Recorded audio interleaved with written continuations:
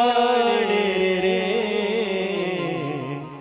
वैष्णव जन तो तेरे कहीं जे पीड़ पराई जाने रे वैष्णव जन तो तेरे कहीं।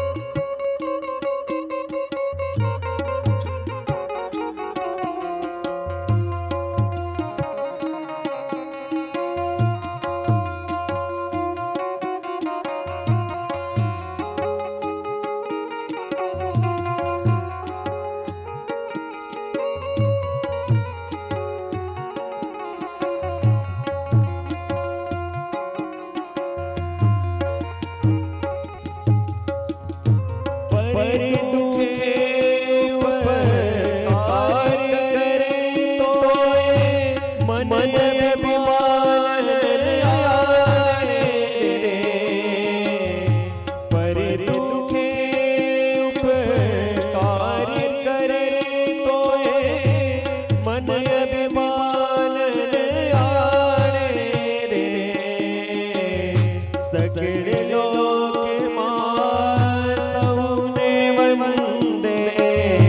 सकल लोक सौने वंदे निंदन करे नीरे वैष्णव जन तो तेरे कहीं जे पीड़ पराई जाने रे वैष्णव जन तो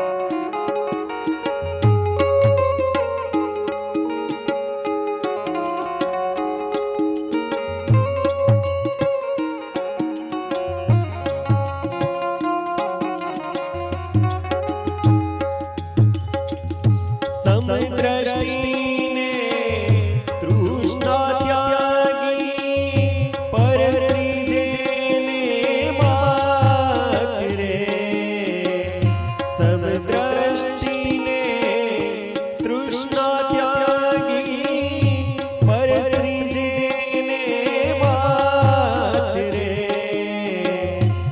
जिह्वा थकिया सत्य बोले थकिया सत्य बोले पर धन न बजाए हाथ रे वैष्णव जन तो तेरे कहीं जे पीड़ पराई जाने रे वैष्णव जन तो तेरे कहीं।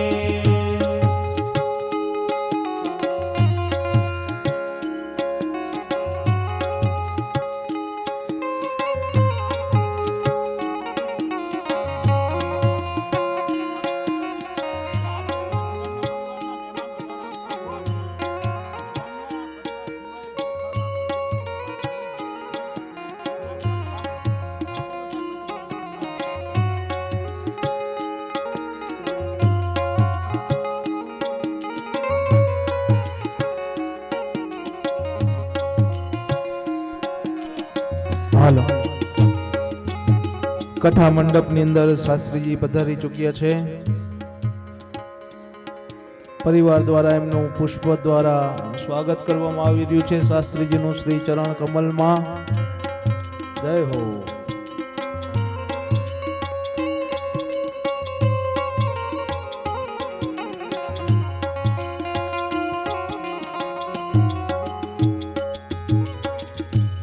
बड़ियो भीने कपट रही पीछे काम क्रोध निवारा रे भणे डर सयो तेनु દર્શન કરતા ભણે નરસૈયો તેનું દર્શન કરતા કુળે કોતે તાર્યા રે વૈષ્ણવજન તો તેને કહીએ છે પીડ પરાઈ જાણે રે વૈષ્ણવજન તો તેને કહીએ છે પીડ પરાઈ જાણે રે વૈષ્ણવજન તો તેને કહીએ.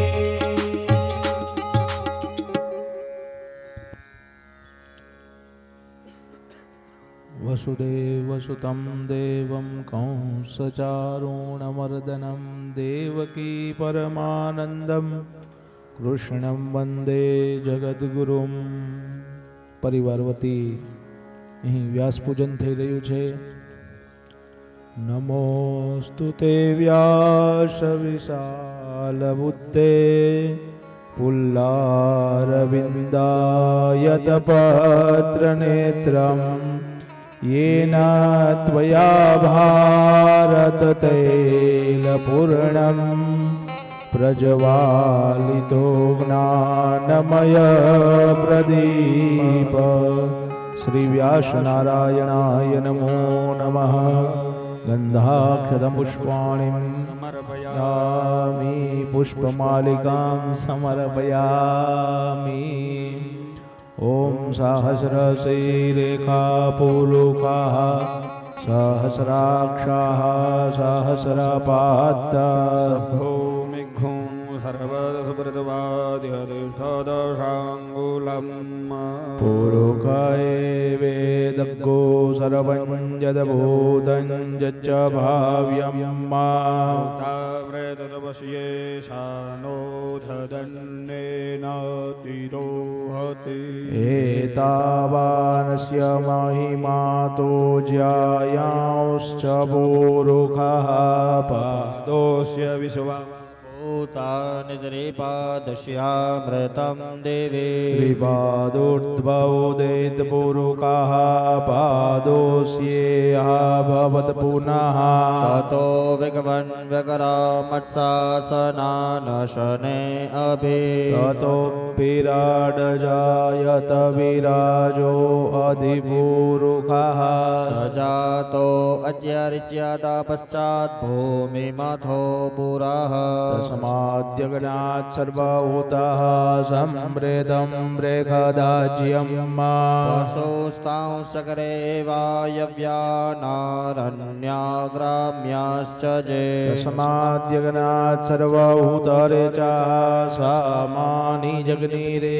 छन्दाघोषि जगनीरे तस्माद्य दुर्दशमाद्जायत. ઓમ. બધા પોતપોતાનું સ્થાન ગ્રહણ કરજો. એક ખાસ સૂચના છે, આગળની પુરુષ વિભાગની અંદર જે આગળના સોફા છે એ પણ ખાલી રાખજો.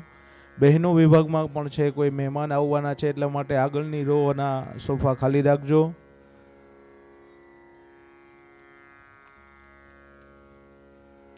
ભાગવતજીનું આ છઠ્ઠા દિવસનું પ્રથમ સત્ર સવારે આપણે શાસ્ત્રીજીને વિનંતી કરીએ કે આજના દિવસની જે પણ કથા છે એ અમને સંભળાવો. શાસ્ત્રી શ્રી બાલકૃષ્ણભાઈ રાજ્યગુરુ.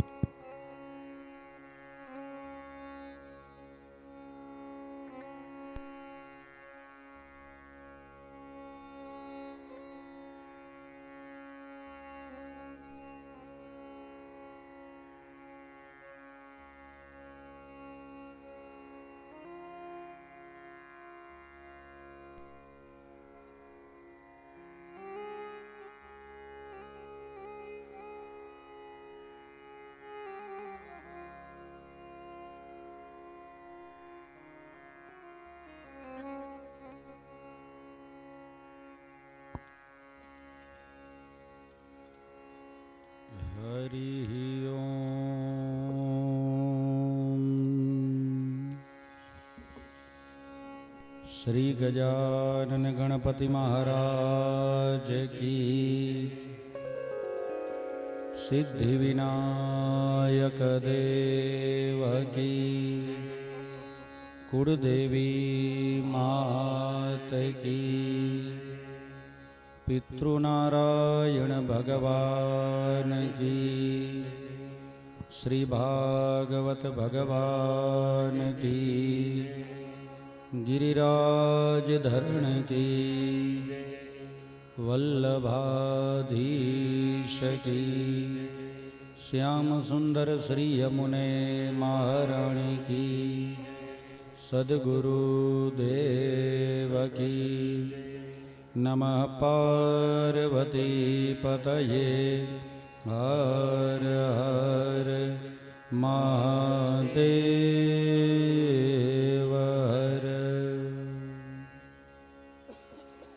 वक्रतुंड महाकाय, सूर्यकोटि समप्रभ, निर्विघ्नं कुरु मे देव, सर्वकार्येषु सर्वदा, सर्वमङ्गलमाङ्गल्ये शिवे सर्वार्थसाधिके,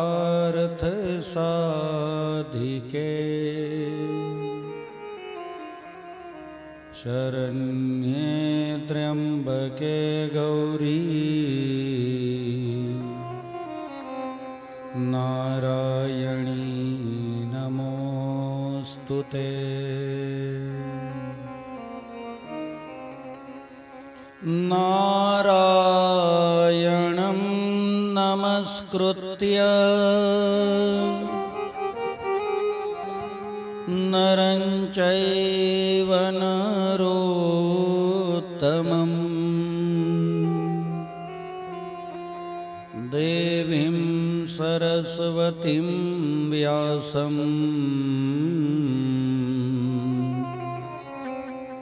ततो जयमुदीरये। गुरुर्ब्रह्मा गुरुर्विष्णु गुरुर्देवो महेश्वर, गुरुर्साक्षात् परब्रह्म, तस्मै श्री गुरवे नमः।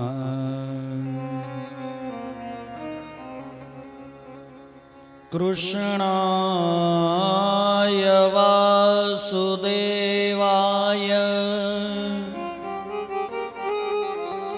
हरये परमात्मने, प्रणतः क्लेशनाशाय, गोविन्दाय नमो नमः।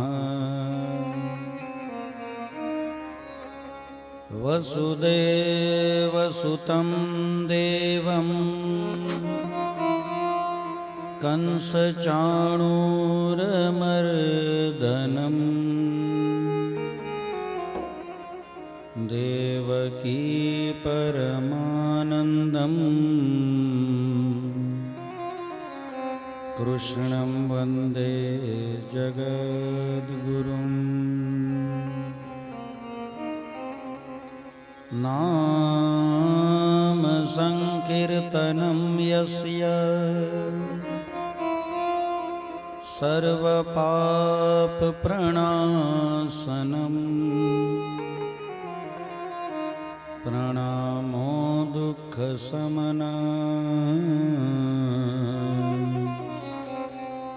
तन्नमामि हरिं परम्। શ્રી ભાગવત ભગવાન કી જય. હરે રામ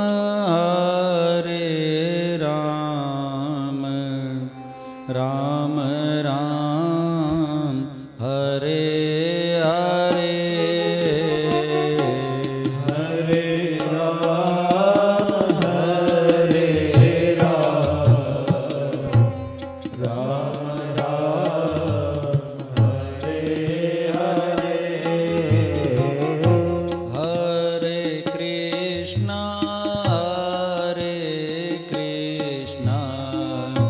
કૃષ્ણ કૃષ્ણ હરે હરે. હરે કૃષ્ણ હરે કૃષ્ણ કૃષ્ણ કૃષ્ણ હરે હરે. करारविन्दन पदारविन्दं मुखारविन्दे विनिवेशयन्तम्. वरस्य पात्रस्य पुटेशयानम् बालमुकुन्दं मनसा स्मरामि. श्रीकृष्ण गोविन्द हरे मुरारे हे नाथ नारायण वासुदेव.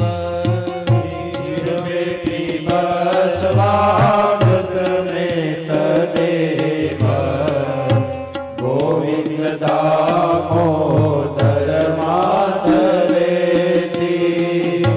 गोविन्द दामोदर माधवेति. गोविन्द दामोदर माधवेति.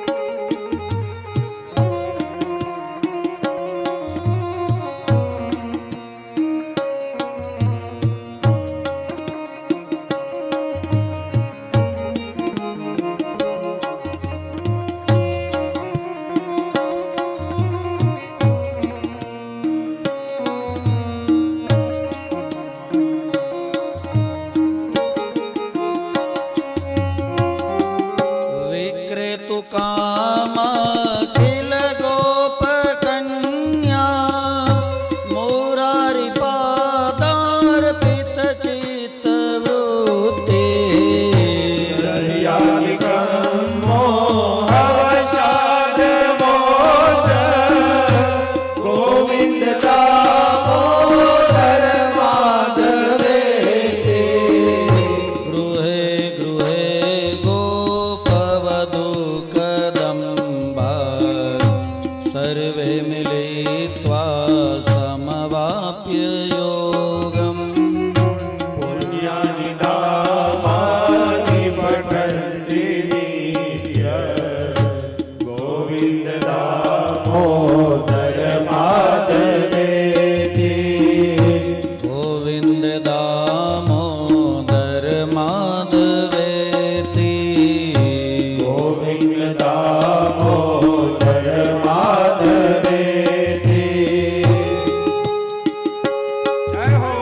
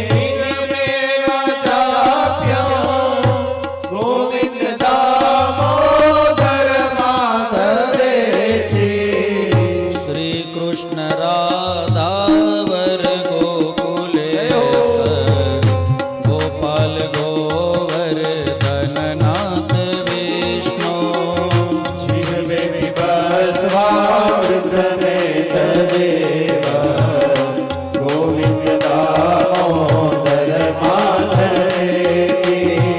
હરે રામ રામ રામ હરે હરે હરે રામ રામ રામ હરે હરે હરે કૃષ્ણ કૃષ્ણ કૃષ્ણ હરે હરે હરે કૃષ્ણ કૃષ્ણ હરે હરે હરે હરે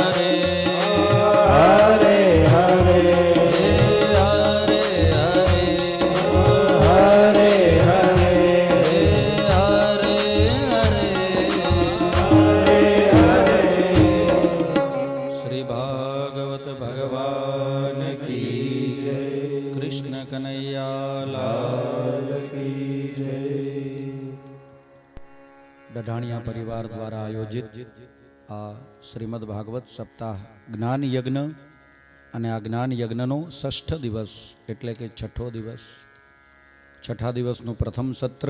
આવો આજના આ સત્રનો આજની કથાનો શુભારંભ કરીએ, પણ એ પહેલાં 2 મિનિટ ભગવાનની ધૂન બોલીએ, ભગવાનના નામનું સંકીર્તન કરીએ અને ત્યારબાદ કથામાં પ્રવેશ કરીએ. ગોવિંદ ગોવિંદ ગાઈએ રે રાધા કૃષ્ણ ગોવિંદ ગુણ ગાઈએ રે ગોવિંદ ગોવિંદ ગાઈએ રે રાધા કૃષ્ણ ગોવિંદ ગુણ ગાઈએ રે ગોવિંદ ગોવિંદ ગાઈએ રે રાધા કૃષ્ણ ગોવિંદ ગુણ ગાઈએ રે ગોવિંદ ગોવિંદ ગાઈએ રે રાધા કૃષ્ણ ગોવિંદ ગુણ ગાઈએ હે નારાયણ નારાયણ ગાઈએ રે મુનિ નારદ કે નારાયણ ગાઈએ રે નારાયણ નારાયણ ગાઈએ રે મુનિ નારાયણ નારાયણ ગાઈએ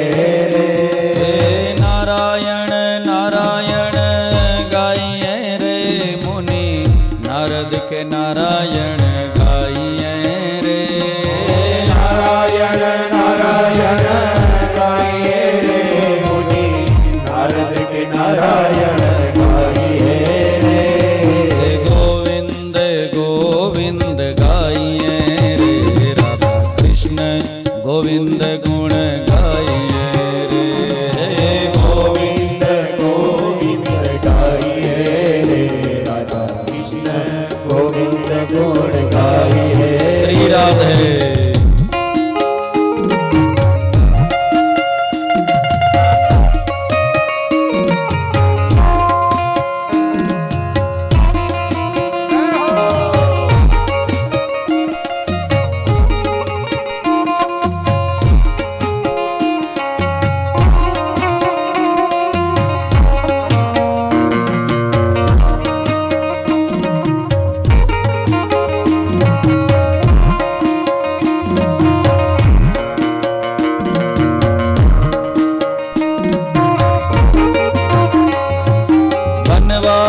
बनवारी गाइए रे प्यारी गोपियों के बनवारी गाइए रे बनवारी बनवारी गाइए रे प्यारे गोपियों के बनवारी गाइए रे बनवारी बनवारी गाइए रे प्यारी गोपियों के बनवारी गाइए रे बनवारी बनवारी गाइए रे प्यारे गोपियों के बनवारी गाइए रे गोविंद गाइए रे, राधा कृष्ण गोविंद गुण गाइए रे।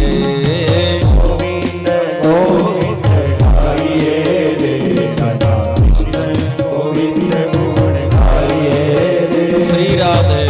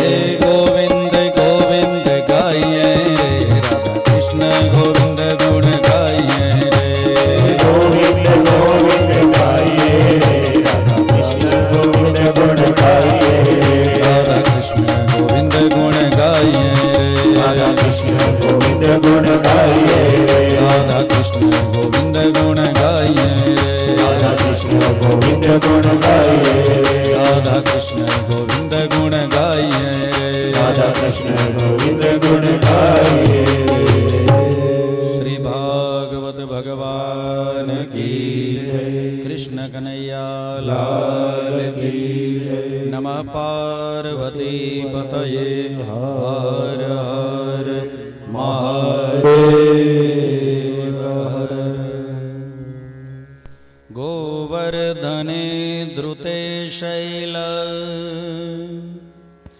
आसाराद रक्षिते व्रजे गोलोकादा व्रजत्कृष्णं शूरभिः शक्र एव च। ભગવાન ગોવર્ધન નાથના શ્રીજી બાવાના ચરણે સાષ્ટાંગ પ્રણામ કરીને, ભગવાન ભાગવતજી મહારાજના ચરણે પ્રણામ કરીને, ડઢાણિયા પરિવારના સમસ્ત ઈષ્ટદેવતા કુલદેવતાઓને પ્રણામ કરીને, સમસ્ત પિતૃદેવતાઓની દિવ્ય ચેતનાને પ્રણામ કરીને,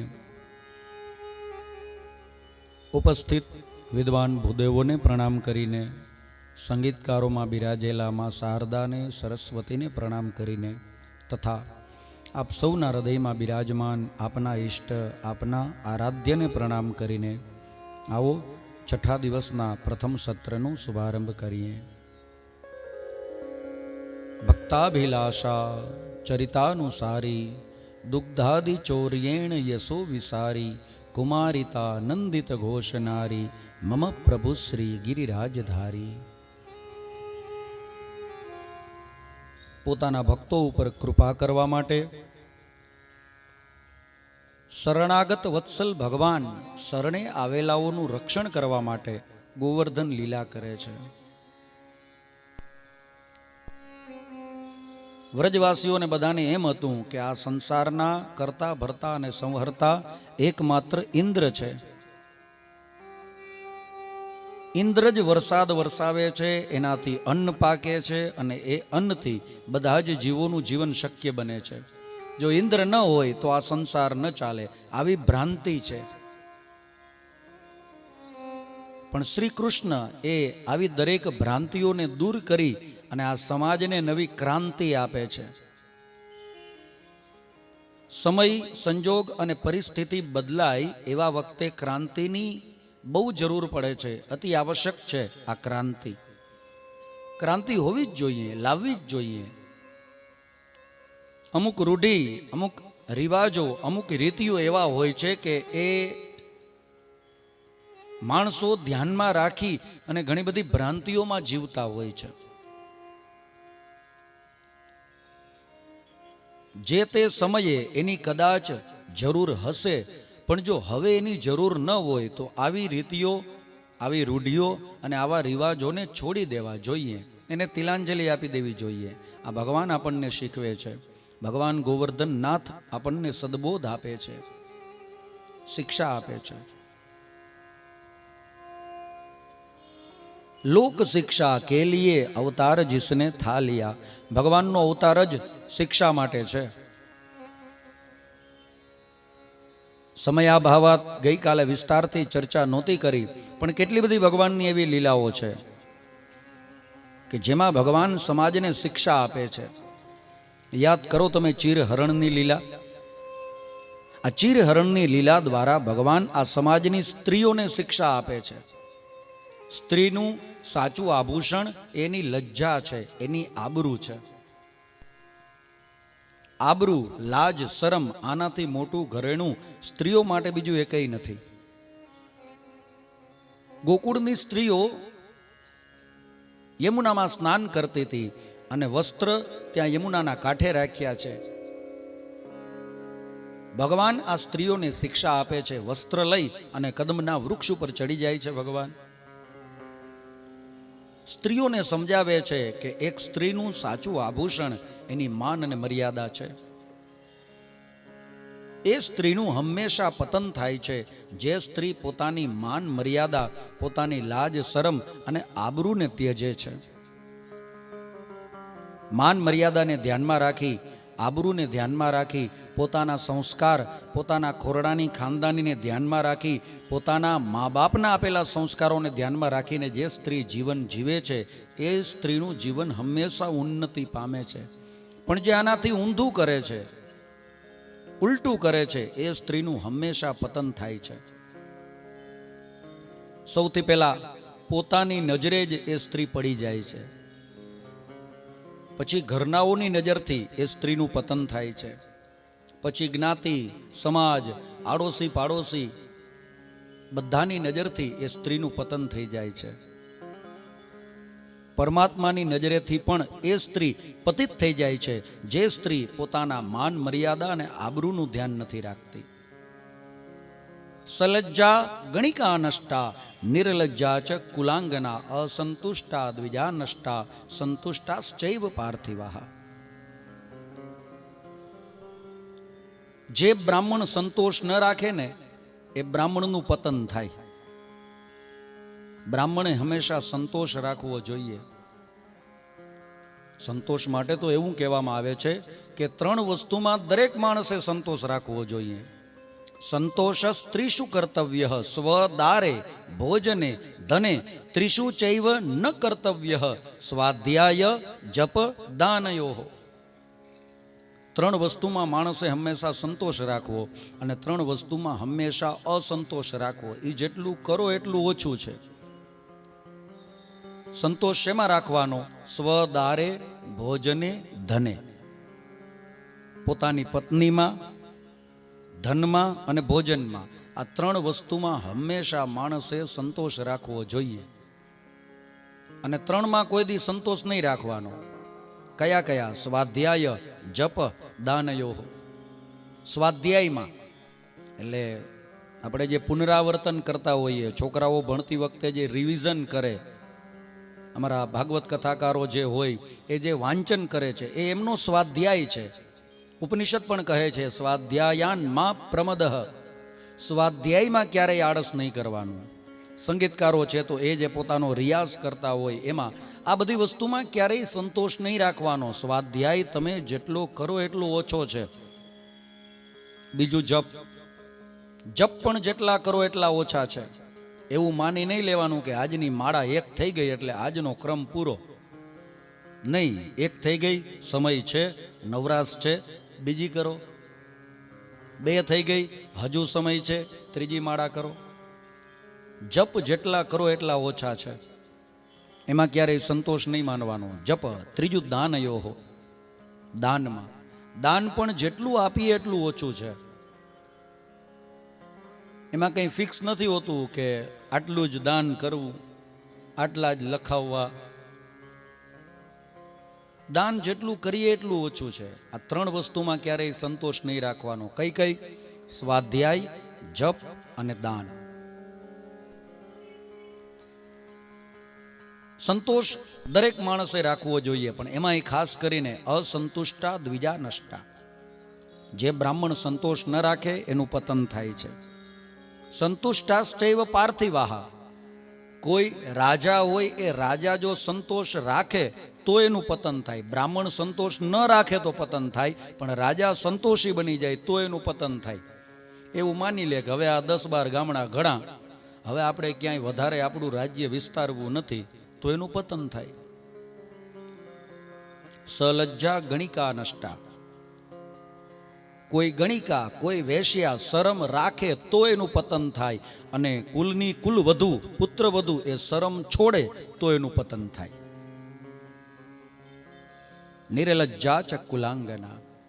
સ્ત્રીઓનું સાચું આભૂષણ એની લાજ, આબરૂ, શરમ છે. આ શિક્ષા આપી છે પરમાત્માએ. લોક શિક્ષા માટે જ જગત ગુરુ બની અને પરમાત્મા અવતર્યા છે આ ધરાતલ ઉપર. કેટલી બધી ભ્રાંતિઓને દૂર કરીને ભગવાન ક્રાંતિઓ લઈ આવ્યા છે. ઘણી બધી ભ્રાંતિઓમાં માણસ ઘણી બધી જગ્યાએ, ઘણા બધા સમાજમાં જીવતો હોય છે. પણ આ ગોવર્ધન લીલા આપણને એ ઉપદેશ આપે છે કે આવી કોઈ ભ્રાંતિમાં, કોઈ જગ્યાએ, કોઈ પણ જાતના વહેમમાં કે અંધશ્રદ્ધાની બાબતમાં તમે જીવતા હોવ તો બધું બંધ કરો. આ ઉપદેશ આપે છે ભગવાન.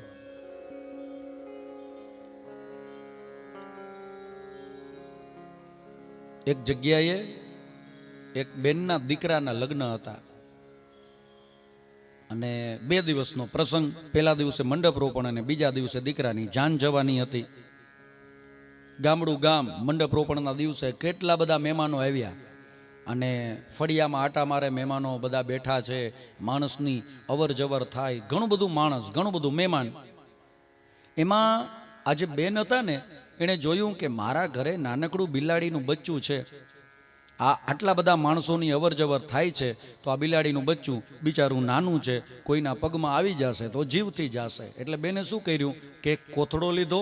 કોથળો લઈ અને બિલાડીનું બચ્ચું કોથળામાં પૂરી દીધું અને પછી ખીતીએ ટાંગી દીધું. પ્રસંગ પૂરો થશે પછી આને આમાંથી કાઢીશ. મંડપ રોપણ થઈ ગયું ને ચાક વધાવા ગયા ને રેતી લેવા ગયા ને મામેરા ભરવા ગયા ને ગોતીડો નાન તેન જે કંઈ પણ વિધિ વિધાન કરવાના હતા. સાંજે પીઠીને બીજા દિવસે વહેલી સવારે જાન ગઈ. ત્યાં લગ્ન વિધિ થયો. લગ્ન વિધિ થયો, વિદાય થઈ, જાન પરણીને પાછી ઘરે આવી અને વરકન્યા બાજોટ ઉપર ઊભા છે અને આ બેન વરકન્યાને પોખવાની તૈયારી કરે. એવા મેં બેનને યાદ આવ્યું કે હે રામ, મેં ગઈકાલે કોથળામાં એક બિલાડીનું બચ્ચું પૂરીને રાખ્યું હતું. હું તો સાવ ભૂલી ગઈ. લાવ પેલા એને કાઢું, પછી આ દીકરાના વહુને દીકરાને પોખું.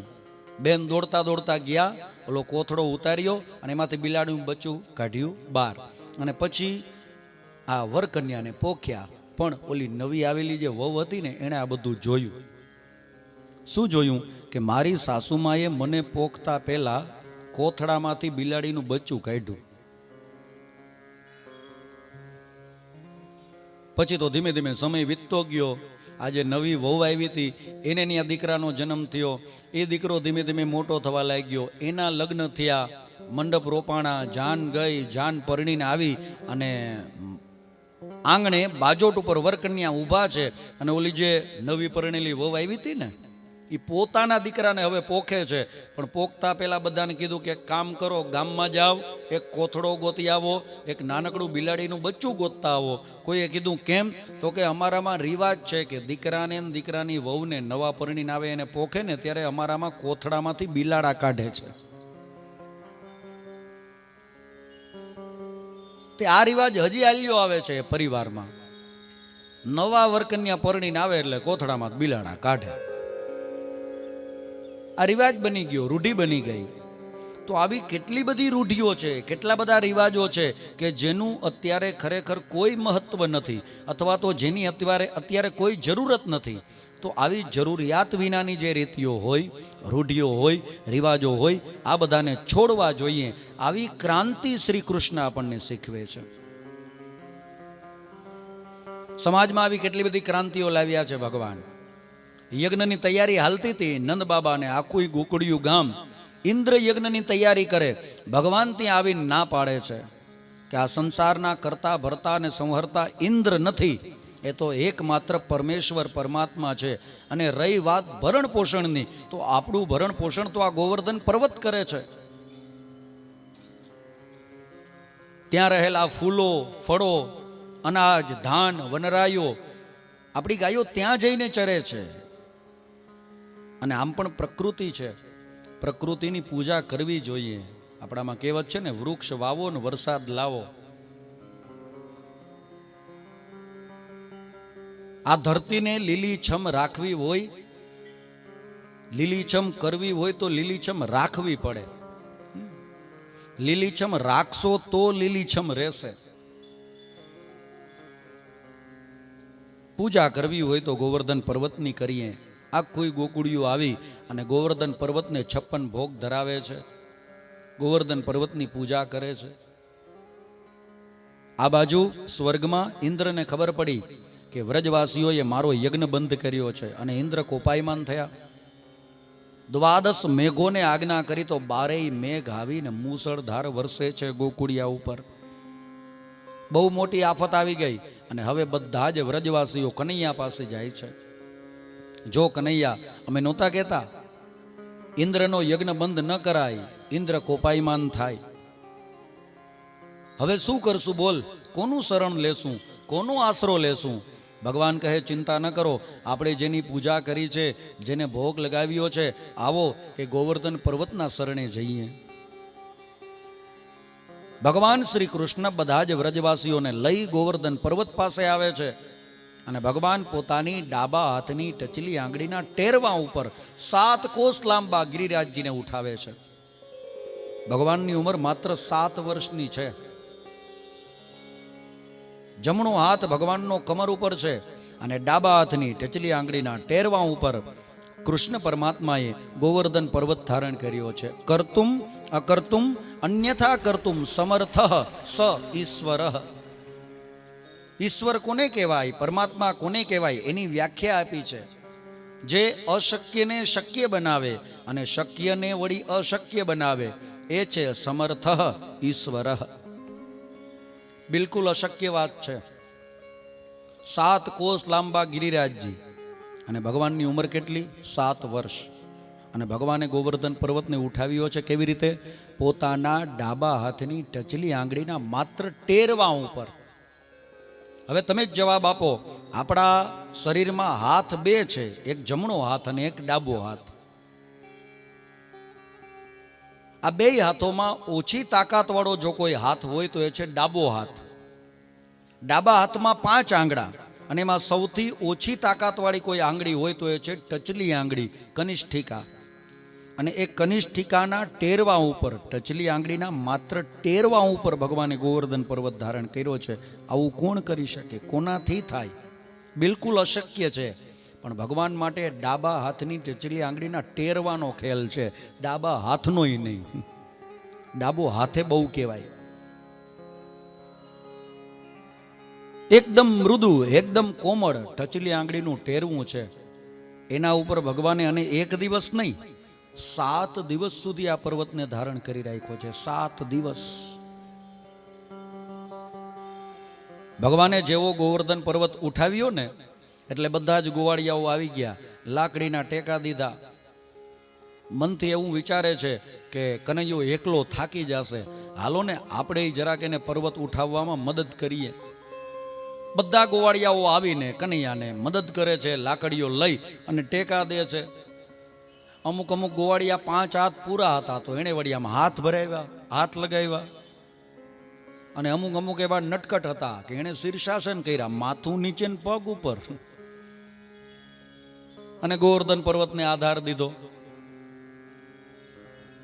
અને અમુક ગોવાળિયાઓ વળી કનૈયાને શું કે ખબર, કનૈયા એક કામ કર, આ તો ઇન્દ્ર ભગવાન કેટલી વાર કોપાયમાન રહીએ અને કેટલી વાર વરસાદ વરસાવે એનું કંઈ નક્કી નહીં. આ કેટલીક વાર તું આમ તારો ડાબો હાથ આમ ઊંચો રાખીશ, થાકી જશે હાથ. એક કામ કર, થોડીક વાર હાથ નીચે લેવો હોય તો લઈ લે. ભગવાન કે પણ તો આ પર્વતનું શું થશે? અમે છીએ. આ જો ને લાકડીના ટેકા નથી દેખાતા તને? ભગવાન કે પાકું? ગોવાળિયાઓ કે હોવ પાકું.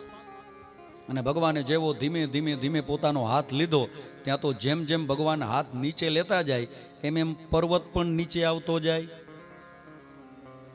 જેણે લાકડીઓ લગાવી હતી એની લાકડીઓ તૂટી ગઈ. હાથ લગાવ્યા હતા એના કોણીએથી હાથ મચકોડાઈ ગયા. અને ઓલા શીર્ષાસન વાળાની શું હાલત થઈ હશે એ તો મારો રામ જાણે.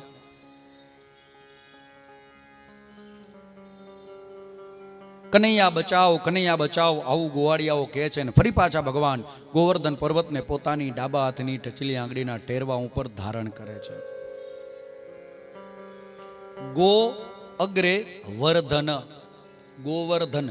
આ ગોવર્ધન પર્વત જે છે એ આ શરીરનું પ્રતીક છે. તમે શબ્દ જુઓ ને, ગો 2 શબ્દ ભેળા છે ત્યાં, ગો અગ્રે વર્ધન, ગો વર્ધન. અને ગો શબ્દના શાસ્ત્રોમાં ઘણા બધા અર્થ આપ્યા છે. ગો શબ્દનો એક અર્થ ગાય થાય, ગો શબ્દનો એક અર્થ ઇન્દ્રિય થાય, ગો શબ્દનો એક અર્થ વેદ ઉપનિષદ થાય, અને વર્ધન એટલે વૃદ્ધિ પામે છે. હવે ગો શબ્દનો અર્થ તમે ગાય કરો તો ગાયો જ્યાં વૃદ્ધિ પામે છે એ સ્થાન એટલે ગોવર્ધન પર્વત. પણ ગો શબ્દનો અર્થ ઇન્દ્રિય કરો, ઇન્દ્રિયો જ્યાં વર્ધન એટલે કે વૃદ્ધિ પામે છે એ સ્થાન એટલે આ શરીર. ઇન્દ્રિયો વૃદ્ધિ પામે છે, મોટી થાય છે. આપણે જ્યારે નાના હતા ત્યારે આપણા હાથ પગ કેટલા નાના નાના હતા, પણ પછી જેમ જેમ આપણે મોટા થઈએ એમ એમ આ શરીરની ઇન્દ્રિયો પણ વૃદ્ધિ પામે છે, વધે છે. ઇન્દ્રિયો જ્યાં વૃદ્ધિ પામે છે એ સ્થાન એટલે શરીર. આ ગોવર્ધનને જેમ ભગવાને ધારણ કર્યો ને એમ આવડા આ ગોવર્ધનને ભગવાન જ ધારણ કરીને ઊભા છે. આપણો આધાર પણ પરમાત્મા છે. જીવનમાં જે કંઈ પણ આપણે કરીએ છીએ બધું ભગવાનની ઈચ્છાથી જ થાય છે. માનવ કહે કે હું કરું અને કરતા રહેનારા બીજા કોઈ. માનવ કહે કે હું કરું અને કરતા રહેનારા બીજા કોઈ. અરે આદરેલાય અધૂરા રીએ છે ને મારો હરી કરે સો હોય. જે ભગવાન ઈચ્છે એ જ થાય છે આ દુનિયામાં. તમારો મારો મૂળ આધાર ભગવાન છે, ભગવાન ગોવર્ધન નાથ છે. અને એટલા માટે તો વૈષ્ણવો કેવું પ્રેમથી ગાતા હોય પદ, મેરો તો આધાર શ્રી વલ્લભ કે ચરણારવિંદ, મેરો તો આધાર શ્રી વલ્લભ કે ચરણારવિંદ, મેરો તો આધાર શ્રી વિઠ્ઠલ કે ચરણારવિંદ, મેરો તો આધાર શ્રી વિઠ્ઠલ કે ચરણારવિંદ, વલ્લભ કે ચરણારવિંદ શ્રી વિઠ્ઠલ કે ચરણારવિંદ, વલ્લભ કે ચરણારવિંદ શ્રી વિઠ્ઠલ કે ચરણારવિંદ. એક વખત એક બેનને ત્યાં ઓચિંતાના ભર બપોરે 2:30 વાગ્યે 5 મહેમાન આવી ગયા. 5 મહેમાન. અને ઘરધણીએ બેસવા માટે આસન આપ્યું, જલપાન કરાવ્યું અને પછી પૂછ્યું કે શું લેશો, ચા પાણી ફાવશે ને? વાતમાં ખબર પડી કે મહેમાનને હજી જમવાનું બાકી છે. 2:30 વાગે આવ્યા હોય એનો મતલબ એમ કે જમવાના સમયે તો એ નીકળ્યા હોય, જમવાનું બાકી છે. એટલે ઘરધણીએ એની ઘરવાળીને કીધું કે મહેમાનને જમવાનું બાકી છે, ફટાફટ રસોઈ બનાવો. અને આ બેન રસોડામાં ગયા. રસોડામાં જઈને જોયું તો ભાત છે, 5 જણાને પૂરા થઈ જાય એટલા, દાળ છે, શાક છે, રોટલી નથી. બેનને થયું કે લાવ ફટાફટ રોટલી બનાવી નાખું. અને એમ જ્યાં ઘઉંના લોટનો ડબ્બો લીધો ને અને જુએ તો એમાં લોટ જ નહીં. બેનને ચિંતા થઈ કે હવે ફટાફટ આ લોટ હોય તો હમણાં રોટલી બનાવીએ નાખું, પણ લોટ જ નથી. ઘઉંનો ડબ્બો ભર્યો અને સીધા ગયા મિલવાળા ભાઈ પાસે, ચક્કીવાળા ભાઈ પાસે. અને ત્યાં જઈને કીધું કે મારા ઘરે ઓચિંતાના 5 મહેમાન આવી ગયા છે, મને આ જલ્દી દળી દ્યો, આનો લોટ કરી દ્યો. અને ચક્કીવાળા ભાઈએ ધીમે ધીમે ધીમે ધીમે દળવાનું શરૂ કર્યું. પણ થોડીક વાર પછી એવું થયું કે લોટનો આખો ડબ્બો ભરાઈ ગયો. જોજો ધ્યાનથી સાંભળજો, આખો ડબ્બો લોટનો ભરાઈ ગયો. અને પછી ચક્કીવાળાએ કીધું બેન ઘરે જાઓ, બીજો ડબ્બો લઈ આવો, કારણ કે આમાં હમણાં લોટ નહીં હમાય. બેન કે ઘરે જઈને પાછી આવું ને પાછી ડબ્બા લઈને જાઉં તો મોડું થઈ જાય. ચક્કીવાળાને કીધું એક કામ કર, એ લોટનો ડબ્બો મને દે. ચક્કીવાળાએ લોટનો ડબ્બો એ બેનને દીધો. અને પછી બેને લોટનો ડબ્બો એવો હલાવ્યો કે લોટનો ડબ્બો અડધો અડધ ખાલી થઈ ગયો. અને પછી ચક્કીવાળાને કીધું હવે આમાં તારે જેટલો લોટ ભરવો હોય એટલો ભર.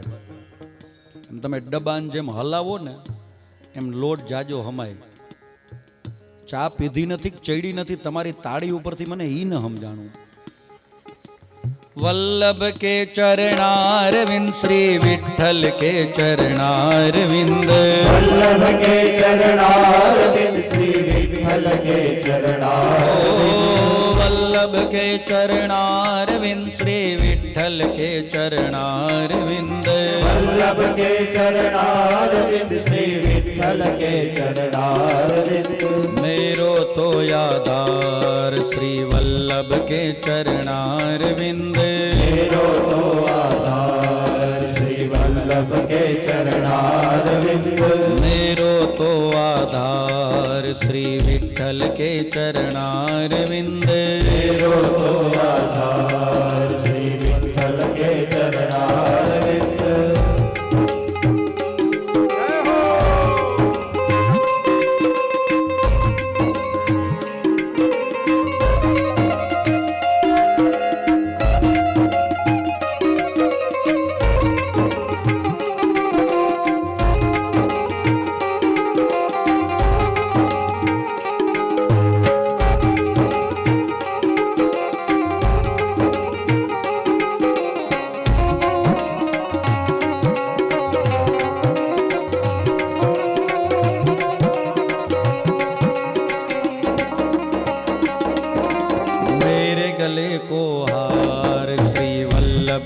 चरणारविंद, गले को हार श्री वल्लभ के चरणारविंद, मेरे गले को हार श्री वल्लभ के चरणारविंद, मेरे गले को हार श्री वल्लभ के चरणारविंद, वल्लभ के चरणारविंद श्री विठ्ठल के चरणारविंद, वल्लभ के चरणारविंद श्री विठ्ठल के चरणारविंद, वल्लभ के चरणारविंद श्री विठ्ठल के चरणारविंद, वल्लभ के चरणारविंद श्री विठ्ठल के चरणारविंद. मेरो तो यादार श्री वल्लभ के चरणारविंद, मेरो तो आधार श्री वल्लभ के चरणारविंद, मेरो माथे को श्रृंगार श्री वल्लभ के चरणारविंद, माथे को श्रृंगार श्री वल्लभ के चरणारविंद, मेरे माथे को श्रृंगार श्री विठ्ठल के चरणारविंद, माथे को श्रृंगार श्री वल्लभ के चरणारविंद, वल्लभ के चरणारविंद श्री विठ्ठल के चरणारविंद, वल्लभ के चरणारविंद श्री विठ्ठल के चरणारविंद, वल्लभ के चरणारविंद श्री विठ्ठल के चरणारविंद, वल्लभ के चरणारविंद श्री विठ्ठल के चरणारविंद. मेरो तो यादार श्री वल्लभ के चरणारविंद, मेरो तो आधार श्री वल्लभ के चरणारविंद, ओ मेरो तो यादार श्री विठ्ठल के चरणारविंद,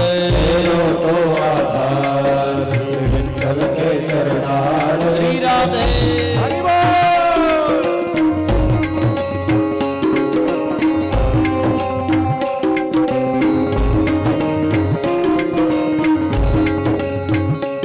બોલ ગોવર્ધન નાથ કી જય.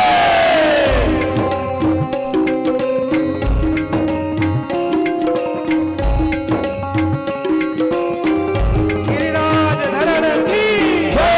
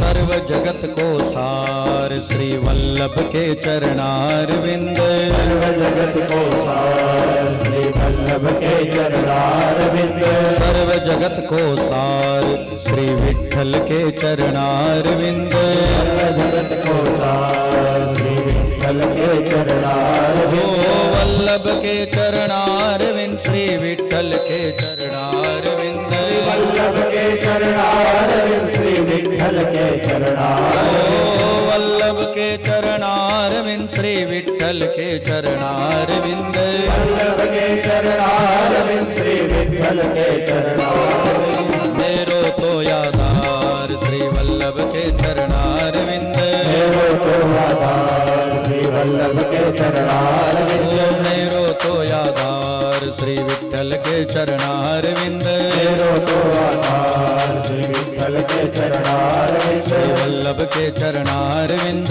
वल्लभ के चरणारविंद विठ्ठल के चरणार विंद विठ्ठल के चरणारविंद श्री वल्लभ के चरणार विंद वल्लभ के चरणारविंद विठ्ठल के चरणार विंद विठ्ठल के चरणारविंद श्री गोवर्धन नाथ की जय।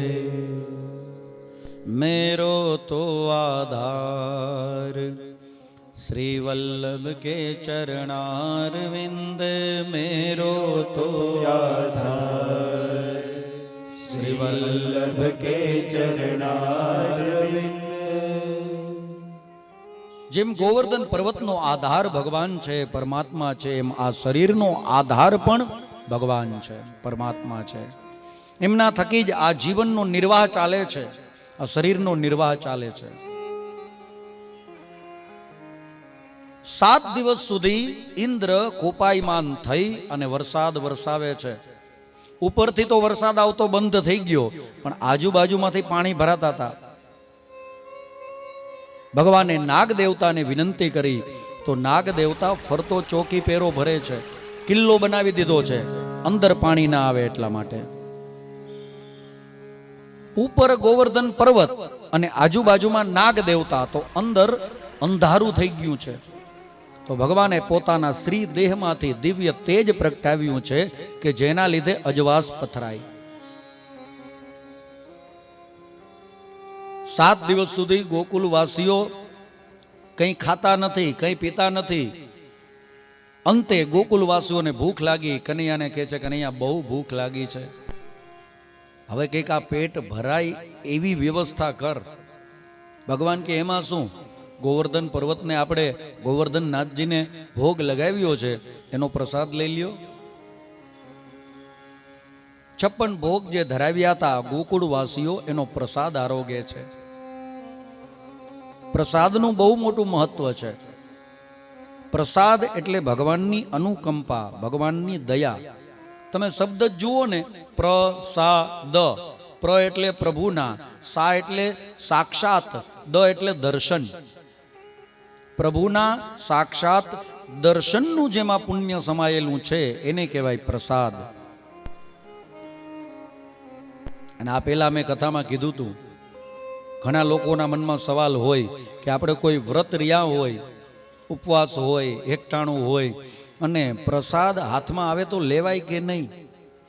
ઘણાને મનમાં સવાલ હોય, પણ લેવાય.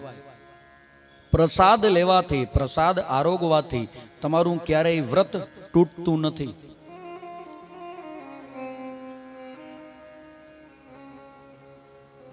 પ્રસાદનો અનાદર કરો તો તમને દોષ લાગે છે. અને શિવ પુરાણમાં તો ચોખ્ખું લખ્યું છે, ક્યારેક સમય મળે તો વાંચજો. શિવ પુરાણની વિદ્યેશ્વર સંહિતા ચોખ્ખું લખેલું છે કે કોઈ ભક્તના હાથમાં, કોઈ વૈષ્ણવના હાથમાં પ્રસાદ આવે અને ખાલી એટલું વિચારે ને કે આ પ્રસાદ હું હમણાં નહીં લઉં, થોડીક વાર પછી લઈશ, તોય દોષ લાગે છે. આવું કરવાથી એ 7 ભવના પુણ્યનો નાશ થાય. હવે અનાદર કરવાથી, ન લેવાથી શું થાય એનો હિસાબ તમે માંડી લ્યો. પ્રસાદનો ક્યારેય અનાદર ન કરાય. કોઈ પણ પ્રસાદ આરોગવાથી તમારું ક્યારેય કોઈ પણ વ્રત ભાંગતું નથી, યાદ રાખજો. અને પ્રસાદ ન લઈએ તો શું થાય એ તમારે વધારે વિશેષ સાંભળવું હોય ને તો એક વખત ધ્યાનથી સત્યનારાયણ ભગવાનની કથા સાંભળી લેજો. એકાદશીના દિવસે કોણ કોણ હતા અહીંયા હાજર? હા, એ બધા સાંભળ્યું હશે. સત્યનારાયણ ભગવાનની કથામાં આવે ને, ઓલો તુંગધ્વજ રાજા 5મા અધ્યાયમાં પ્રસાદનું અપમાન કરે છે. 4થા અધ્યાયમાં કલાવતી, લીલાવતીની જે દીકરી હોય છે, સાધુ નામના વાણિયાની દીકરી, એ પૂજા બરોબર કરે છે, પણ પૂજા કર્યા પછી જે પ્રસાદ લેવાનો હોય એ ઉતાવળે પ્રસાદ લેવાનું ભૂલી જાય છે અને એણે પોતાના પતિને ગુમાવવો પડ્યો હતો. પ્રસાદનો ક્યારેય અનાદર ન થવો જોઈએ. પ્રભુના સાક્ષાત દર્શનનું પુણ્ય સમાયેલું હોય એને પ્રસાદ કહેવાય. ગોવર્ધનનાથને જે ભોગ ધરાવ્યો હતો એમાંથી બધાએ પ્રસાદ આરોગ્યો છે. અને અંતે ઇન્દ્રને પોતાની ભૂલ સમજાય છે.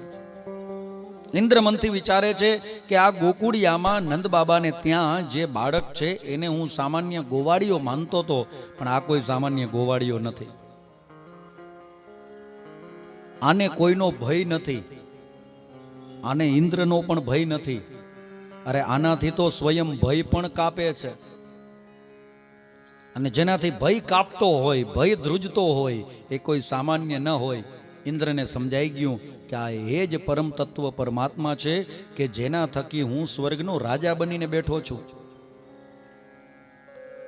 જે વામન અવતાર ધારણ કરીને બલિરાજા પાસેથી મને રાજ્ય અપાવી શકે છે, બલિને નાથી અને મને સ્વર્ગનો રાજા બનાવી શકે. આ એ પરમાત્મા છે, આ એ અજિત નારાયણ ભગવાન છે કે જેમના થકી અમે દેવતાઓ અમર બન્યા છીએ, અમને અમૃત મળ્યું છે. આ એ જ પરમાત્મા, એ જ ભગવાન છે. અને જેના થકી હું સ્વર્ગનો રાજા બન્યો અને સ્વર્ગનો રાજા બન્યા પછી હું એમનો જ વિરોધ કરું, એમની ઉપર જ આફત નાખું, અફસોસ થાય છે. ઇન્દ્ર પ્રાયશ્ચિત કરે છે. પ્રાયશ્ચિતથી મોટો પશ્ચાતાપ બીજો એકેય નથી. જીવનમાં આપણાથી કંઈક ભૂલ થઈ જાય, દરેક માણસથી ભૂલ થાય. માનવ માત્ર ભૂલને પાત્ર. દરેક માણસથી જીવનમાં ભૂલ થાય, પણ સમજુ માણસ એને કહેવાય કે જે પોતાની થયેલી ભૂલને સુધારી લે. પશ્ચાતાપ થાય ને, અફસોસ થાય ને કે આ મારાથી ભૂલ થઈ ગઈ, આવું મારે ન કરવું જોઈએ, તો આ પશ્ચાતાપથી મોટું પ્રાયશ્ચિત બીજું કોઈ નથી. દિલથી એમ થઈ જાય કે આ મારે કરવું જોઈતું નહોતું, બસ આનાથી મોટું પ્રાયશ્ચિત બીજું એ કંઈ નથી. ઇન્દ્રને પોતાની ભૂલ સમજાય છે. ઇન્દ્ર સ્વર્ગમાંથી હવે આવે છે ગોકુળિયામાં, અને ઇન્દ્રની સાથે કામધેનુ ગાય પણ આવી છે. કામધેનુ ગાય આવી, ઇન્દ્ર મહારાજ આવ્યા. ઇન્દ્ર મહારાજ આવીને સીધા જ પ્રભુને પ્રણામ કરે છે. ભગવાન ગોવર્ધન નાથજીના ચરણે પડી અને ભગવાનની સ્તુતિ કરે છે. વિશુદ્ધ સત્વમ તવ ધામ શાંતમ તપોમયમ દ્વસ્તરજસ્તમસ્ તમસ્કં માયામયોયમ ગુણસંપ્રવાહો ન વિદ્યતે તે ગ્રહણાનુબંધ ન વિદ્યતે તે ગ્રહણાનુબંધ. ઇન્દ્ર આવી અને ભગવાનની સ્તુતિ કરે. ભગવાન ગોવર્ધન નાથને પગે લાગે છે કે હે પ્રભુ, હે પરમાત્મા, મને માફ કરો. સત્તાનું મદ મારી ઉપર એવું આવી ગયું હતું કે હું પરમાત્માને ઓળખી ન શક્યો. અને આ સત્ય હકીકત છે. જ્યાં સુધી માણસની અંદર અભિમાન હોય ને ત્યાં સુધી માણસ ભગવાનને ઓળખી ન શકે. અને ભગવાનનો નિયમ છે કે જ્યાં સુધી માણસના જીવનમાં અભિમાન હોય ત્યાં સુધી ભગવાન આવતા નથી. ગર્વ કિયો સોઈ નર હાર્યો, સિયા રામજી સે ગર્વ કિયો સોઈ નર હાર્યો. થોડોક વિક્ષેપ પડે છે કથામાં, થોડુંક ડિસ્ટર્બ થાય છે મને.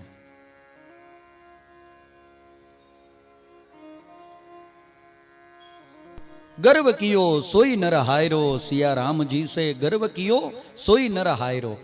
હું હોય ત્યાં હરિ ન હોય અને હરિ હોય ત્યાં હું ન હોય. આ હું ને હરિ ભેડા રહેતા જ નથી. અભિમાન દૂર થાય પછી જ પરમાત્મા પ્રગટ થાય છે. અને તમે કોઈ પણ શાસ્ત્ર જુઓ, કોઈ પણ ગ્રંથ જુઓ, જ્યાં જ્યાં ભગવાન પ્રગટ્યા છે, પ્રભુ પધાર્યા છે, એ દરેક જગ્યાએ અભિમાન નથી. કોઈ જગ્યાએ અભિમાન નથી.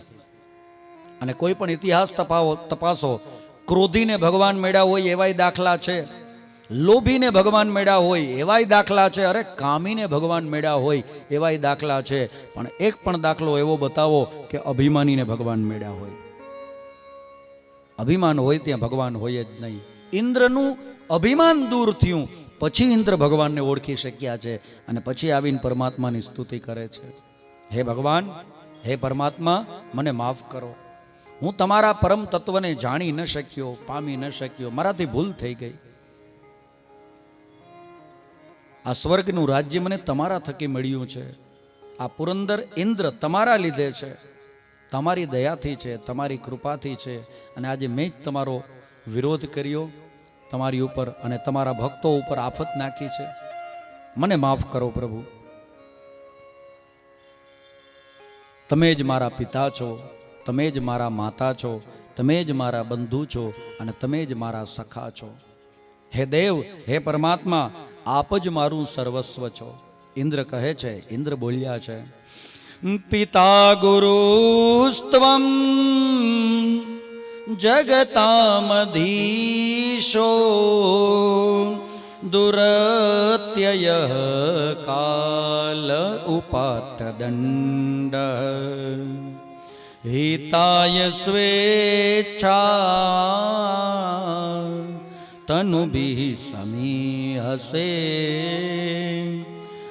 માનમ વિદુન્વન જગદીશ માનિના માનમ વિદુન્વન જગદીશ માનિના. આપ એ જ પરમાત્મા છો કે જે મારા ઘટમાં બિરાજો છો, મારા હૃદયમાં બિરાજો છો. આપ એ જ પ્રભુ છો, આપ એ જ પરમાત્મા છો. સાષ્ટાંગ પ્રણામ કરે છે ઇન્દ્ર મહારાજ, સ્વર્ગના રાજા ભગવાન શ્રી કૃષ્ણને, અને ભગવાનની સ્તુતિ કરે. હે મારા ઘટમાં બિરાજતા શ્રીનાથજી યમુનાજી મહાપ્રભુજી. હો મારું મનડું છે ગોકુળ વન રાવન, મારા તનના આંગણિયામાં તુલસીના વન, મારા પ્રાણ જીવન. હે મારા ઘટમાં બિરાજતા શ્રીનાથજી યમુનાજી મહાપ્રભુજી. ઇન્દ્રના મદને ઉતારવા છબીલો લાલ આવ્યા છે ગોકુળ તારવા. ઇન્દ્રનું અભિમાન તોડ્યું ભગવાને. ગઈકાલે કથામાં આપણે ચર્ચા કરતા હતા કે ભગવાને કૃષ્ણ અવતાર શા માટે લીધો છે એનું એક કારણ આ છે. અભિમાની દેવતાઓના અભિમાનને તોડ્યું છે ભગવાને. અહીંયા ઇન્દ્રના અભિમાનને તોડ્યું. વૃંદાવનનું સર્જન કરીને ભગવાને બ્રહ્માજીના મદને દૂર કર્યો છે. અને કાલીય નાગ જે યમુનામાં રહેતા હતા એ નાગ દમનની લીલા થકી ભગવાને કાલીય નાગના અભિમાનને તોડ્યું છે. પોતાના ભક્તો ઉપર, વૈષ્ણવો ઉપર કૃપા કરવા માટે ભગવાને આ લીલા કરી છે, નાગ દમનની લીલા. વૃંદાવનમાં બધા ગોવાળિયાઓને ભગવાન કૃષ્ણ અને નાની નાની ગાયો ચારવા માટે પરમાત્મા ગયા. ભગવાન મનથી વિચારે છે કે મારા વૈષ્ણવ ઉપર કૃપા ત્યારે થશે જ્યારે યમુનાના એ ભક્તો પાન કરી શકશે. યમુનાના પાન કોઈ કરી ન શકતું પેલા, કારણ એ યમુનામાં કાલીય નાગ રહેતો હતો, અતિ વિષધર, ભયંકર. અરે કોઈ માનવ શું, કોઈ પશુ પંખી એ પાણી પીવે ને તોય મૃત્યુ પામે. આટલું ઝેર છે યમુનામાં. ભગવાને કૃપા કરી. એક વખત ભગવાન પોતાના મિત્રોને કહે છે કે હાલો ને આપણે એક નવી રમત રમીએ. ગોવાળિયાઓ કે શું? તો કે ગેડી દડે રમીએ. ગોવાળિયાઓ કે કનૈયા એ તો આવડતું નથી, કેમ રમાય? ભગવાન કે એમાં કંઈ ન હોય, એક કાપડનો દડો બનાવવાનો, અને આપણે બધા પાસે ગેડી તો છે જ, લાકડી તો છે જ. એક જણો દડાનો ઘા કરે અને બીજો જે સામે ઊભો હોય ને એ લાકડીથી દડાને ફટકારે. આવી રીતે રમીએ. ગોવાળિયાઓ કે ભલે કોઈ વાંધો નહીં, પણ અહીંયા યમુનાના કાંઠે કેમ રમવું કનૈયા? આ દડો યમુનામાં જાશે તો? કનૈયો કે તો એના માટે એક શરત રાખીએ, જે યમુનામાં દડો નાખે એ લેવા જાય. એટલે આ બીકના લીધે કોઈ દડો ત્યાં નાખે જ નહીં, એ બાજુ કોઈ મારે જ નહીં, દડાને ફટકારે જ નહીં. બધા ગોવાળિયાઓની વારી આવીને છેલ્લે ભગવાન શ્રી કૃષ્ણ આવ્યા. એક ગોવાળિયાએ દડાનો ઘા કર્યો અને ભગવાનને તો આજ જોતું હતું. એવી ગેડી મારી, એવી લાકડી દડાને મારી, તે દડો સીધો પડ્યો છે યમુનાજીમાં. અને હવે બધા ગોવાળિયાઓ કનૈયાને કે કનૈયા, તારો જ બનાવેલો નિયમ છે કે જે દડાને યમુનામાં નાખે એ લેવા જાય. તે જ દડાને યમુનામાં નાખ્યો છે ને હવે તારે જ લેવા જવું જોશે. કનૈયો કે કંઈ વાંધો નહીં, એના માટે તો આ બધું વાતાવરણ ગોઠવ્યું હતું. લાકડી હાથમાં હતી, ગોવાળિયાને આપી ભગવાને, અને સીધો ભગવાને કૂદકો માર્યો યમુનામાં. યમુનામાં પ્રવેશ કર્યો. કાલીય નાગ બરાબર એ વખતે સૂતો છે અને નાગણીઓ જાગે છે. નાગણીઓએ જોયો કનૈયાને અને તરત જ કહે છે કે આવડું નાનું બાળક આ યમુનામાં કઈ રીતે? નાગણીઓ જઈ અને ભગવાનને કહે છે કે હે કનૈયા, હે બાળક, તું આ તરત જ જલ છોડી દે અને અહીંયાથી ભાગી જા, યમુનાની બારે નીકળી જા. કનૈયો કે શું કામ? તો કે અમારો જે સ્વામી છે ને એ બહુ ઝેરીલો છે, બહુ ડંખીલો છે, બહુ ગુસ્સાવાળો છે, આ યમુનામાં કોઈને આવવા દેતો નથી, અને તને આવેલો જોશે ને તો તને મારી નાખશે. અને તું જોતો ખરા કેવડો નાનો બાળક છો, તને એ મારી તો નાખશે પણ એની બાળ હત્યાનું પાપ અમને લાગશે. બાળ હત્યાનું પાપ અમને ન લાગે ને એટલા માટે અમે તને વિનંતી કરીએ છીએ.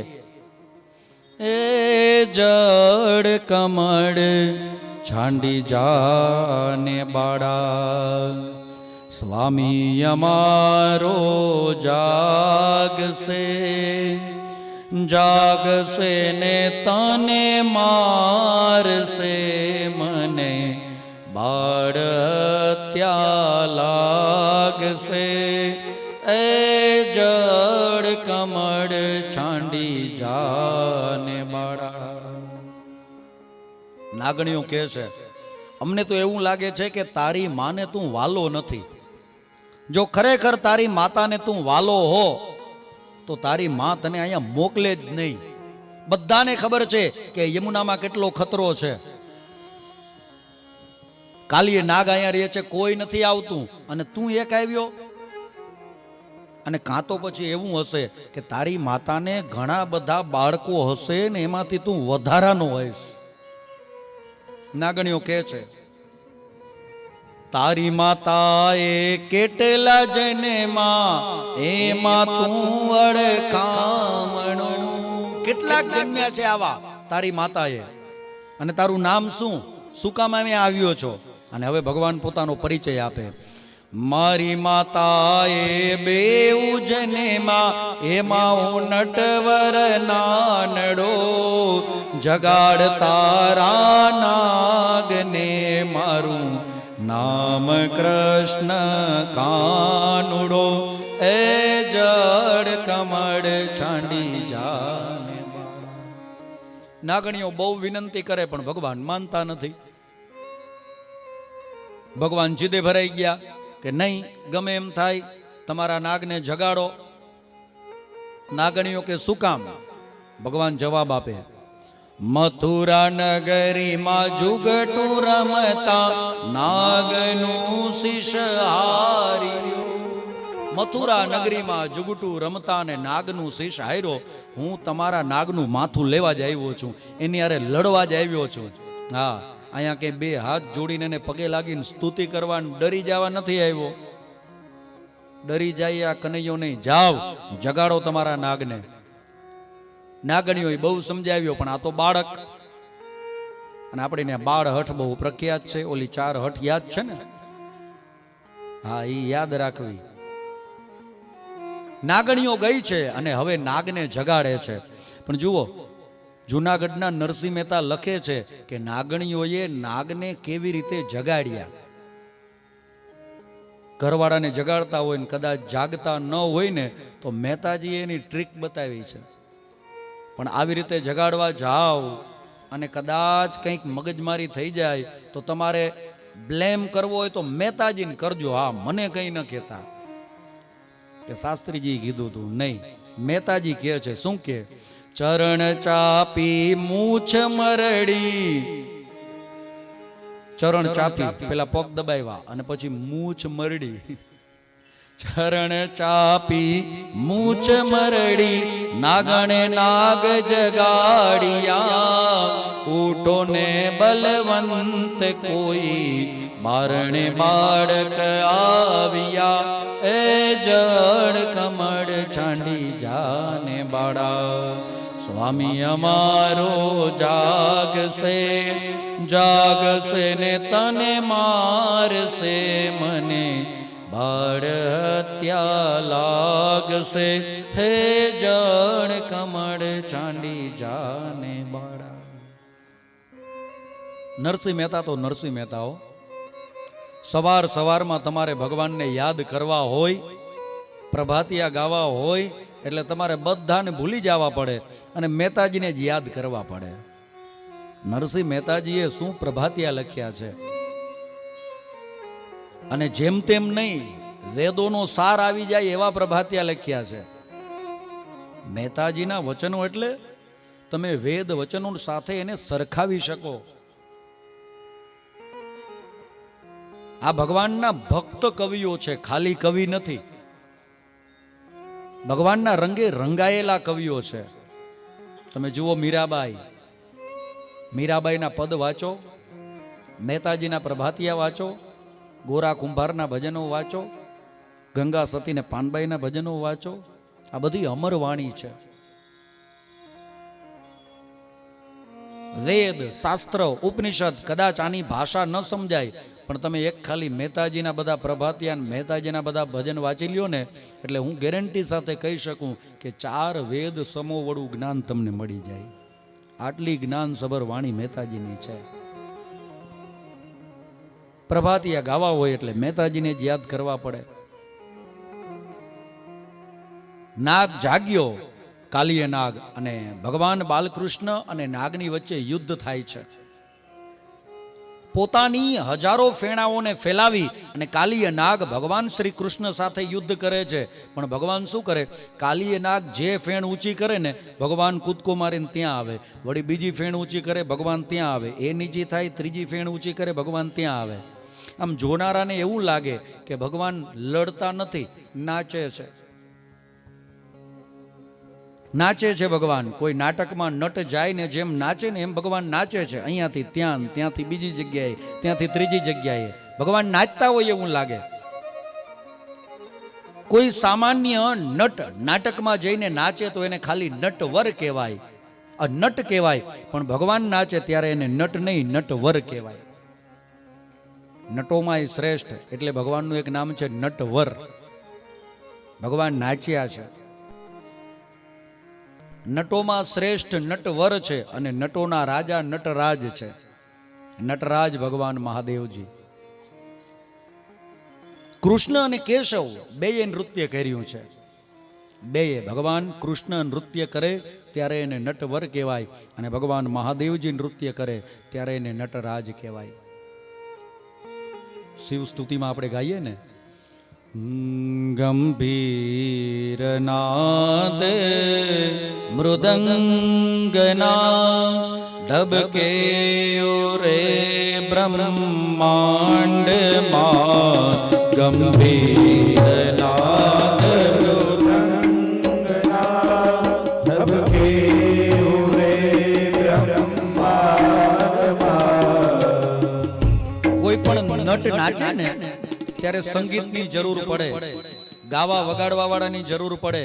જ્યારે ભગવાન કૃષ્ણ નાચતા હોય, જ્યારે ભગવાન નટરાજ નાચતા હોય, નટવર અથવા તો નટરાજ નાચતા હોય ત્યારે સંગીતકારો કોણ હોય ખબર? પ્રહલાદ તાલધારી તરલ ગતિતયા ચોદ્ધવ કાંસ્યધારી વીણાધારી સુરર્ષિ સ્વર કુશલતયા રાગ કરતાર્જુનો ભૂત ઇન્દ્રો વાદિન મૃદંગમ જય જય સુકરા કીર્તને તે કુરમ કુમારા યત્રાગ્રે ભાવ વક્તા સરસ રચનયા વ્યાસપુત્રો બભૂવ. ઓલા કાંસિયા હોય ને, કાંસિયા ઝાંઝ, ભગવાન નટવર અને નટરાજ નાચે ત્યારે આ ઝાંઝ કોણ વગાડે ખબર? પ્રહલાદ. પ્રહલાદ તાલધારી તરલ ગતિતયા ચોદ્ધવ કાંસ્યધારી. ઉદ્ધવજી મહારાજ તાલ આપતા હોય. ઉદ્ધવજી મહારાજને તાલનું બહુ સરસ જ્ઞાન છે. નટવર અને નટરાજ નાચે ત્યારે ઉદ્ધવજી મહારાજ તાલ આપે. તાધિન્ના તાધિન્ના તાધિન્ના આવા તાલ આપે. વીણાધારી સુરર્ષિ સ્વર કુશલતયા. અને ભગવાન નટરાજ નટવર નાચતા હોય ત્યારે નારદજી આવીને સંગીતમાં વીણા વગાડે. અને રાગના જે આલાપ અને તાન કરવાના હોય ને એ અર્જુન કરે છે, કારણ કે અર્જુનને ગાતા બહુ સારું આવડે. રાગ કરતા અર્જુનો ભૂત. અને પછી મૃદંગ આવીને કોણ વગાડે ખબર? સ્વર્ગના રાજા ઇન્દ્ર. ઇન્દ્ર આવીને મૃદંગ વગાડે. ઇન્દ્રો વાદિન મૃદંગમ.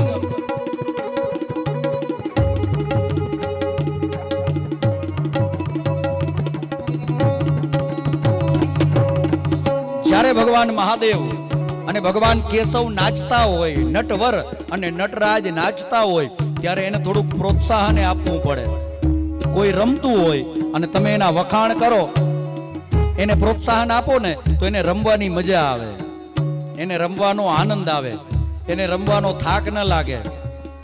જ્યારે ભગવાન નટવર અને નટરાજ રમતા હોય ત્યારે પ્રોત્સાહન આપવા માટે સનત કુમારો આવે છે અને જોર જોરથી ઊંચા હાથ કરીને બોલે ભગવાન માટે, જય હો જય હો જય હો જય જય સુકરા કીર્તને તે કુમારા યત્રાગ્રે ભાવ વક્તા સરસ રચનયા વ્યાસ પુત્રો બભૂવ. ભગવાન કૃષ્ણ છે ને, બેયના નૃત્યમાં ખાલી થોડો જ ફેર છે. ભગવાન કૃષ્ણ રાજી થઈને નાચે અને ભગવાન ભોળિયોનાથ, ભગવાન મહાદેવજી જ્યારે ગુસ્સે થાય ને ત્યારે નાચે. એ શિવ, એ મહાદેવ. મૃદંગના દબકે રે બ્રહ્માંડ માં ગંભીરનાદ મૃદંગના ધબકે રે બ્રહ્માંડમાં. નિત હોત નાદ પ્રચંડ નિત હોત નાદ પ્રચંડ નટરાજ રાજ નમો નમ સત સૃષ્ટિ તાંડવ રચયિતા.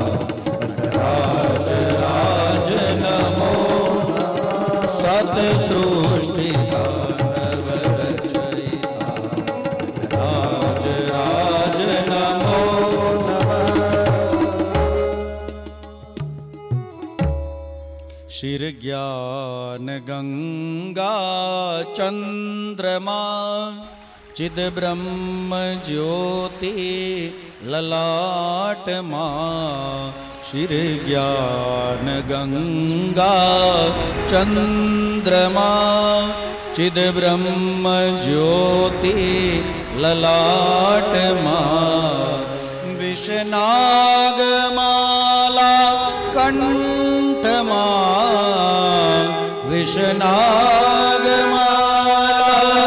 કંઠમાં નટરાજ રાજ નમો નમઃ સતસૃષ્ટિ તાંડવ રચયિતા નટરાજ રાજ નમો નમઃ.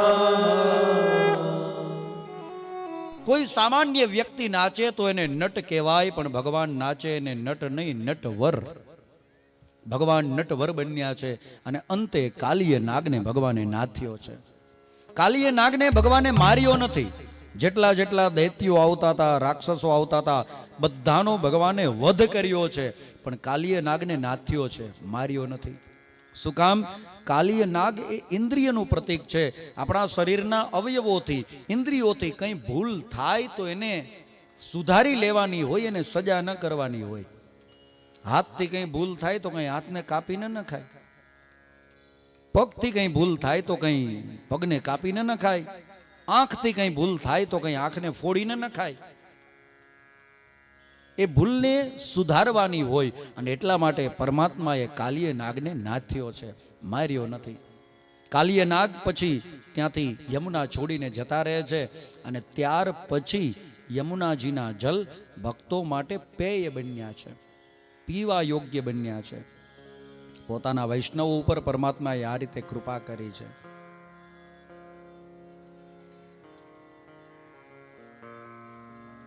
ઇન્દ્ર ઉપર પરમાત્મા કૃપા કરે છે, ઇન્દ્રની ભૂલને માફ કરે છે. કરુણાના કરતા છે ને.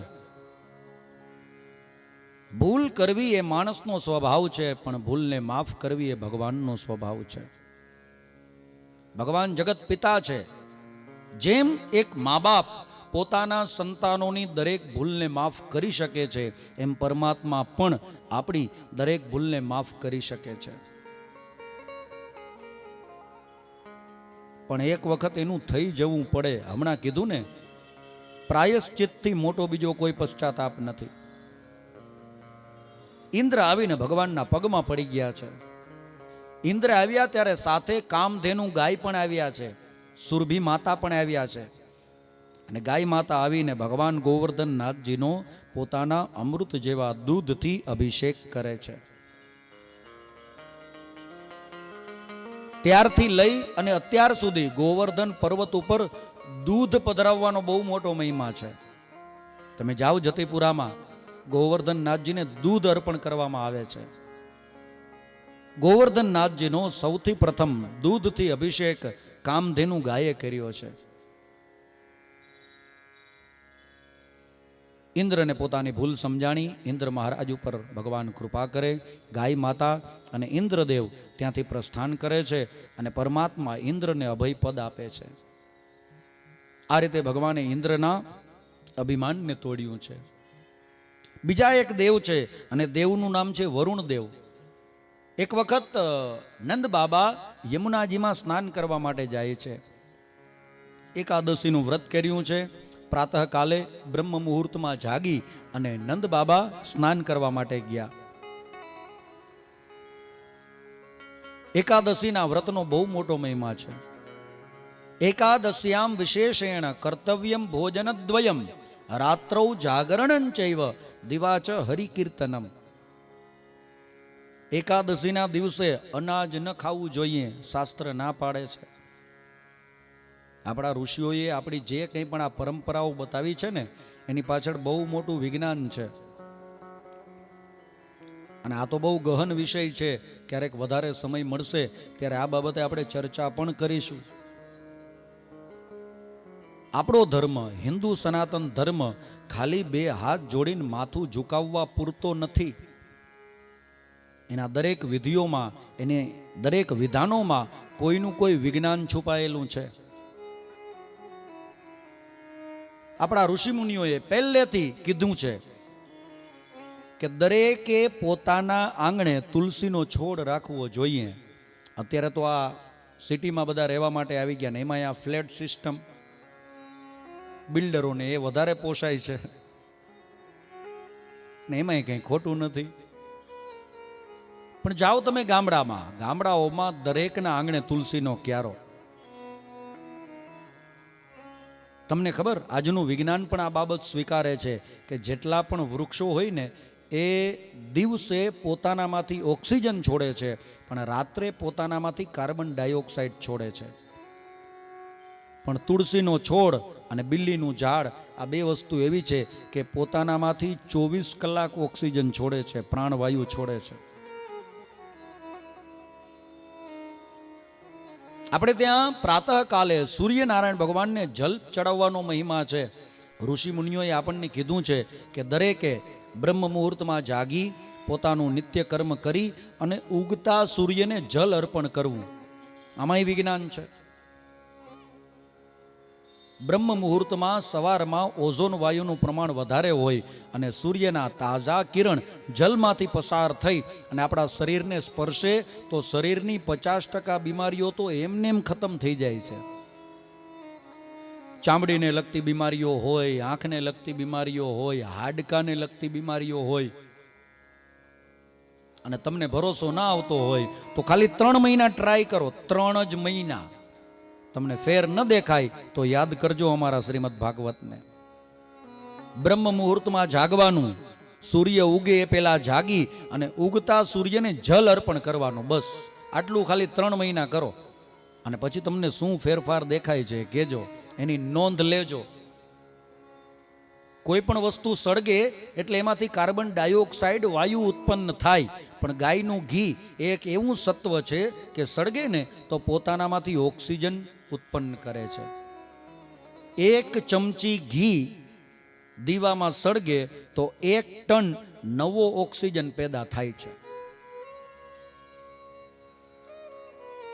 આપણા ઋષિ મુનિઓએ આ જે કંઈ પણ વિધિ વિધાનો બતાવ્યા છે એની પાછળ બહુ મોટા વિજ્ઞાન છે. પણ આપણી ઉપર પશ્ચિમી સંસ્કૃતિનો રંગ એવો લાગી ગયો ને કે આપણી આ હિન્દુ સંસ્કૃતિનો રંગ જટ દિન લાગતો જ નથી. ઓલા દાગ જાય તો આનો રંગ લાગે ને.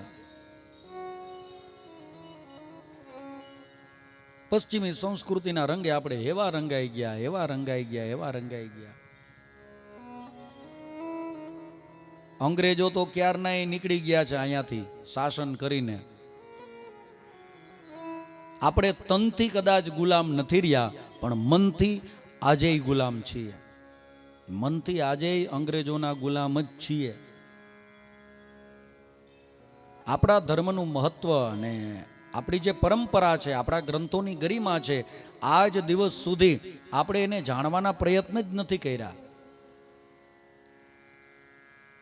પેલા કીધું તું, પાછું કહું કે આપણા ધર્મગ્રંથોની ભાષા સંસ્કૃત છે અને જેટલા આપણે ત્યાં આક્રમણો, ત્યાં જેટલા શાસનકર્તાઓ આવ્યા છે, બધાએ એક જ કામ કર્યું છે, હિન્દુને એના ધર્મથી દૂર કરી દીધો, એની સંસ્કૃતિથી, એની પરંપરાઓથી દૂર કરી દીધો છે. ક્યાં કોને આવડે સંસ્કૃત?